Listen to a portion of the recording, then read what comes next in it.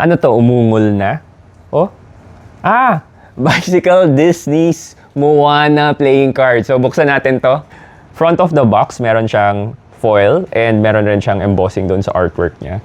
And ito naman yung likod na meron siyang embossing. Loob ng tuck, meron kang inner art print or pattern. And tingnan natin yung card sa loob. 2 jokers na magkaiba yung illustration in blue and red. 2 extra cards. You have the first artwork, kagaya dun sa box, and the advertisement card. For the cards, ang una namin napansin, hindi talaga siya white na white, but differ in color. Parang cream or medyo darker shade siya sa white talaga. Ito yung 4 na aces, hearts. You have the clubs, diamond, and ito naman yung ace of spades, which has the Moana artwork. Ito naman yung numbered cards niya. Yung hearts and diamonds, meron siyang sun na artwork. Tapos yung clubs and yung spades, meron naman siyang swirl na artwork. And then yung colorway niya, orange and aqua ba to or light blue.